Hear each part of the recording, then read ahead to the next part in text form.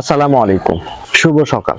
তো আজকে আমি আপনাদের মাঝে যে বিষয়টি নিয়ে আলোচনা করব, এটি কিন্তু ইতিমধ্যে ইউটিউবের মধ্যে ছড়িয়ে পড়েছে। যে বিষয়টা, ওই বিষয়টা হচ্ছে কোয়েল পাখির খাবার বিষয়। অনেকেই বলেন ভিডিও দিচ্ছে হাতে তৈরি করা কোয়েল পাখির খাবার, কিভাবে হাতে তৈরি করে কোয়েল পাখির খাবার দিয়ে আপনারা খরচ বাঁচাবেন, এই সমস্ত দিয়ে ভিডিও তৈরি করা। অনেকে এই সমস্ত দিয়ে ভিডিও তৈরি করছে, অনেক ভিউ হচ্ছে, পাবলিক দেখতেছেও যারা কোয়েল খামারি রয়েছে। তো বিশেষ করে আপনাদের কি কি এই হাতে বানানো খাবারটা কি খাওয়ানো যাবে কিনা, এই বিষয় সম্পর্কে আজকে বিস্তারিত আলোচনা করব। তো আজকে আপনারা অবশ্যই A to Z দেখবেন, দেখার পরে বা শোনার পরে আপনারা বুঝতে পারবেন আপনি কি এই খাবারটা তৈরি করবেন কিনা। তো এই বিষয় নিয়ে বিস্তারিত আলোচনা করছি। যারা এখনো চ্যানেলটি সাবস্ক্রাইব করেননি, অবশ্যই আপনারা চ্যানেলটি সাবস্ক্রাইব করে রাখুন কোয়েল পাখি সম্পর্কে ভিডিও পাওয়ার জন্য। সো সম্মানিত খামারি ভাইয়েরা, মূল আলোচনায় চলে যাচ্ছি। তো প্রথমে হচ্ছে, আমরা কোয়েল পাখিকে ডিমের জন্য কোন খাবারটা দিয়ে থাকি। ডিমের জন্য আমরা কোয়েল পাখিকে লেয়ার 1 খাবারটা দিচ্ছি, লেয়ার 1 বর্তমানে। যদিও এই খাবারটা আমরা নরমালি লুজ ফিড কিনে থাকি, কোম্পানির ফিড গুলো। তো আপনারা যারা ইউটিউবে দেখছিলেন যে কোয়েল পাখির ফিড তৈরি করা যায়, এই খাবারটা কিন্তু আসলে তৈরি করা যায়, এটা অবাস্তবে কিছুই নেই। বিভিন্ন বড় বড় ইন্ডাস্ট্রিয়াল কোম্পানি গুলো তো তৈরি করছে, তাহলে আপনি পারবেন না কেন? পারবেন, কিন্তু এটা অনেক ব্যয়বহুল। আমরা যারা ইউটিউবে সচরাচর ভিডিওটা দেখতেছি, ওই ভিডিওটার মধ্যে কিন্তু ব্যয়বহুল ওরকম দেখাচ্ছে না। কারণ হচ্ছে আপনি যাতে করে, কারণ তাদের কাছে ওই উপকরণ ছিল না যে উপকরণ দিয়ে কোম্পানিগুলো ফিড তৈরি করতো।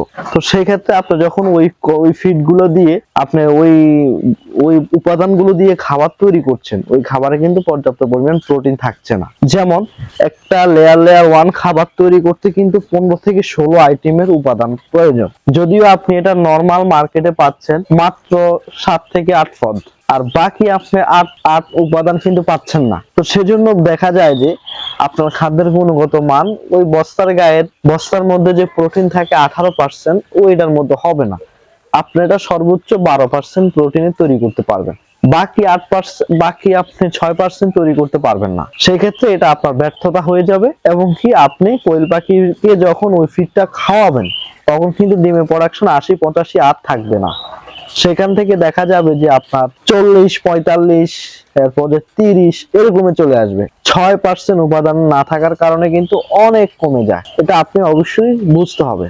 কেননা উপাদান আপনার যত প্রোটিন কম হবে, কোয়েল পাখির ডিম তত কম দিবে, পাখি দ্রুত রিজেক্ট হয়ে যাবে, পাখিটা দ্রুত বাদ হয়ে যাবে। তো অবশ্যই আপনি এই বিষয়টা খেয়াল করবেন, আপনাদেরকে এটাই বলবো। আর আপনি যদি সকল উপাদান, এই 16 উপাদান দিয়ে যদি আপনি তৈরি করতে পারেন, তাহলে ভালো খাওয়াতে পারেন। তবে আমার যেটা ধারণা, আপনি যদি, আমি একবার নিজে তৈরি করছিলাম 2020 সালে, তো তখনই আমার এটা থেকে অভিজ্ঞতা হয়ে গেছে যে নিজে বানালে পাখিটা কতটুকু উপাদান পাচ্ছে, কতটুকু প্রোডাকশন পাচ্ছে, আমার ওই সময়ে আমার আইডিয়া হয়ে গেছে। তো যাদের এটা হয়নি তাদের জন্য এই ভিডিওটা করা। এবং কি আমি আপনাদেরকে বলবো, আপনারা তৈরি করতে পারবেন না বিষয়টা এমন না, নিজেও তৈরি করতে পারবেন। কেমনে? আপনি যখন 16 আইটেম মিক্স করবেন, তখনই কিন্তু এই খাদ্যটা তৈরি হয়ে যাবে। কিন্তু দেখা যায় যে আপনি যখন এই 16 পদ মিক্স করবেন, উপাদান মিক্স করবেন, তখন দেখা যাবে যে 1 কেজি খাবারের দাম 80 টাকা গিয়ে পৌঁছাবে। আর আপনি যখন নরমালি লুজ ফিডটা কিনছেন 55 টাকা কেজিতে, তো আপনার ওই ফিডটাই কিন্তু আপনার 80 টাকা কস্টিং গেলে, তো আপনার বস্তার, আমরা যে লুজ ফিডটা কিনি কোম্পানির বস্তাগুলো, ওইগুলো থেকে রেট বেশি পড়তেছে। তাহলে আপনার কোনটা সুবিধা হবে? তো অবশ্যই আপনারা বুঝতে পেরেছেন, অবশ্যই লুজ ফিডটাই সবচেয়ে সুবিধা হবে, ঝামেলা হবে না। আর কোম্পানি কিভাবে এটা পোষায়?